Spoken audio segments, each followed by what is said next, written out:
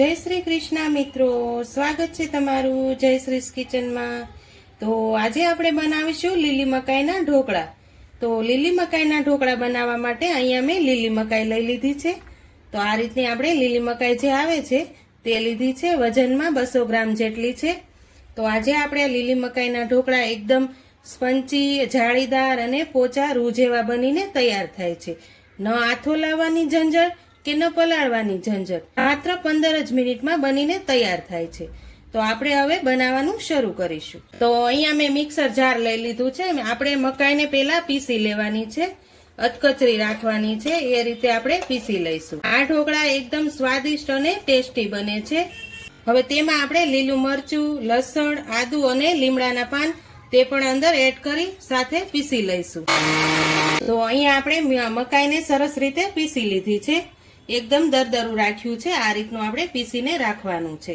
હવે તેમાં આપણે 1 વાટકી જેટલો રવો એડ કરીશું। અહીંયા મેં 1 વાટકી જેટલો રવો એડ કરવાનો। હવે તેમાં આપણે મોટી 2 ચમચી જેટલો ચણાનો લોટ એડ કરીશું। હવે તેમાં આપણે 1 વાટકી જેટલું દહીં એડ કરવાનું છે। આ રીતનું આપણે 1 વાટકી જેટલું ખાટું દહીં લીધું છે।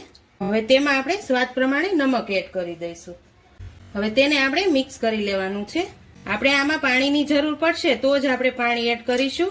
તો આ રીતે હું બધું જ સરસ રીતે મિક્સ કરી લઉં છું। તો અહીંયા આપણે સરસ રીતે મિક્સ કરી લીધું છે। હવે આમાં આપણે થોડીક જ હળદર એડ કરવાની છે, બહુ જ નહીં, મીડિયમ જ હળદર એડ કરી પાછું આપણે બધું જ સરસ રીતે મિક્સ કરી લઈશું।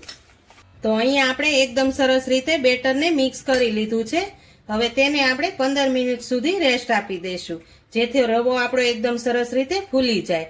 જો તમે આ રીતે લીલી મકાઈના ઢોકળા બનાવશો ને તો ખૂબ જ સરસ બનશે અને ખાવામાં તો એટલા સ્વાદિષ્ટ બને છે કે ન પૂછો વાત। તો આપણે તેને 15 મિનિટ રેસ્ટ આપી દઈએ। તો અહીંયા આપણી 15 મિનિટ થઈ ગઈ છે। હવે આપણે ચેક કરી લઈશું। તો જોઈ શકો છો આપણો બેટર એકદમ સરસ રીતે, રવો અને મકાઈ એકદમ સરસ રીતે ફૂલી ગયું છે। આપણે આ રીતનું બેટરને રાખવાનું છે। તો હવે બેટરને આપણે આ રીતે 2 થી 3 મિનિટ સુધી ફેટી લેવાનું છે। તો બેટર એકદમ સરસ રીતે આ રીતનું બેટર બનશે। તો હવે તેને 2 થી 3 મિનિટ સુધી આપણે ફેટી લઈશું। તો અહીંયા આપણે બેટર 2 થી 3 મિનિટ સુધી ફેટી લીધું છે। હવે તેમાં અહીંયા મેં મકાઈના દાણા જે રાખ્યા છે થોડાક, તે આપણે અંદર એડ કરીશું। આનીથી ખૂબ જ સરસ સ્વાદ આવશે। હવે તેમાં આપણે 1/2 ચમચી જેટલું તેલ એડ કરીશું। તેલ એડ કરવાથી ઢોકળા એકદમ સરસ પોચા રૂ જેવા બનીને તૈયાર થાય છે। તો હવે તેને પણ આપણે સારી રીતે મિક્સ કરી લઈશું। આ રીતે આપણે બધું જ સરસ રીતે મિક્સ કરી લીધું।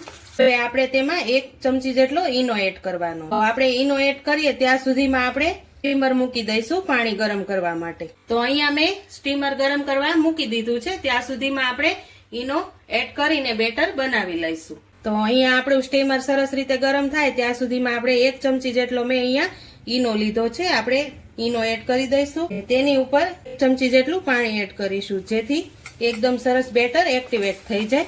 એકદમ સરસ રીતે મિક્સ થાય ને ત્યાં સુધી આપણે તેને મિક્સ કરવાનું છે। જો આપણો બેટર એકદમ સરસ રીતે ફૂલી ગયું છે, આ રીતનું એકદમ સરસ રીતે ફૂલી જશે। હવે આપણે ડીશને ગ્રીસ કરી લઈશું તેલથી। તો અહીંયા મેં ડીશ લીધી છે, હવે તેમાં આપણે તેલ લગાવી લઈશું। આ રીતે આપણે ડીશમાં થોડું તેલ લગાવી અને ગ્રીસ કરી લેવાનું છે। તેમાં આપણે અહીંયા સ્ટીમર સરસ રીતે ગરમ થઈ ગયું છે, હવે તેમાં આપણે બેટર એડ કરી દઈશું।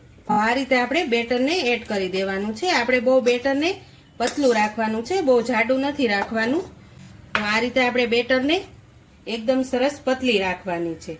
તો હવે આપણે તેને સ્ટીમરમાં ગરમ કરવા મૂકી દઈશું। તો અહીંયા આપણે ઉપરથી થોડીક લાલ મરચું પાવડર એડ કરીશું।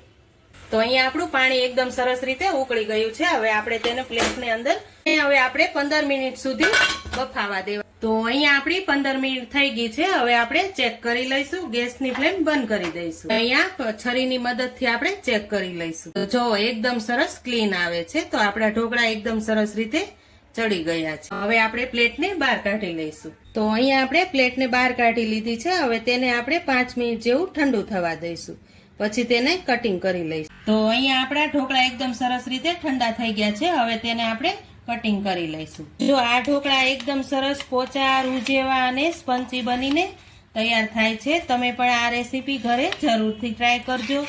તમને જો મારી રેસીપી આજની પસંદ આવી હોય તો મારા વિડીયોને લાઈક કરજો, વધુમાં વધુ શેર કરજો અને હજુ સુધી સબસ્ક્રાઇબ ન કરી હોય તો પ્લીઝ સબસ્ક્રાઇબ કરી દેજો, કોમેન્ટ કરીને કહેજો કે તમને મારી આજની રેસીપી કેવી લાગી.